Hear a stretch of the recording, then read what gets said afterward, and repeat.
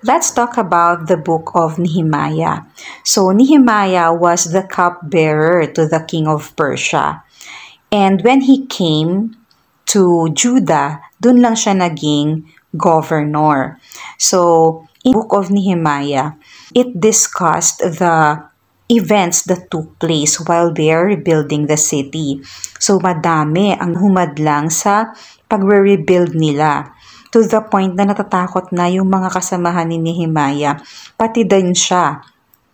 Dahil yung mga kalaban nila ay mga high-level personalities, mga authorities talaga.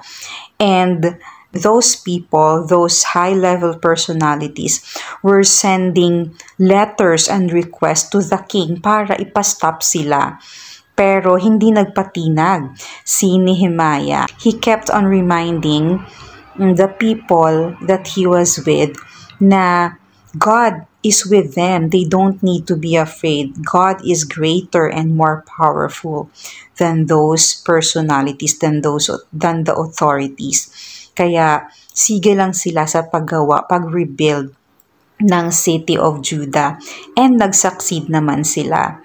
Nabanggit din sa book of Nehemiah na while they're rebuilding the city, Ezra and the Levites and the other priests, they read the book of law of Moses to the people. Parang nagkakaroon sila ng assembly.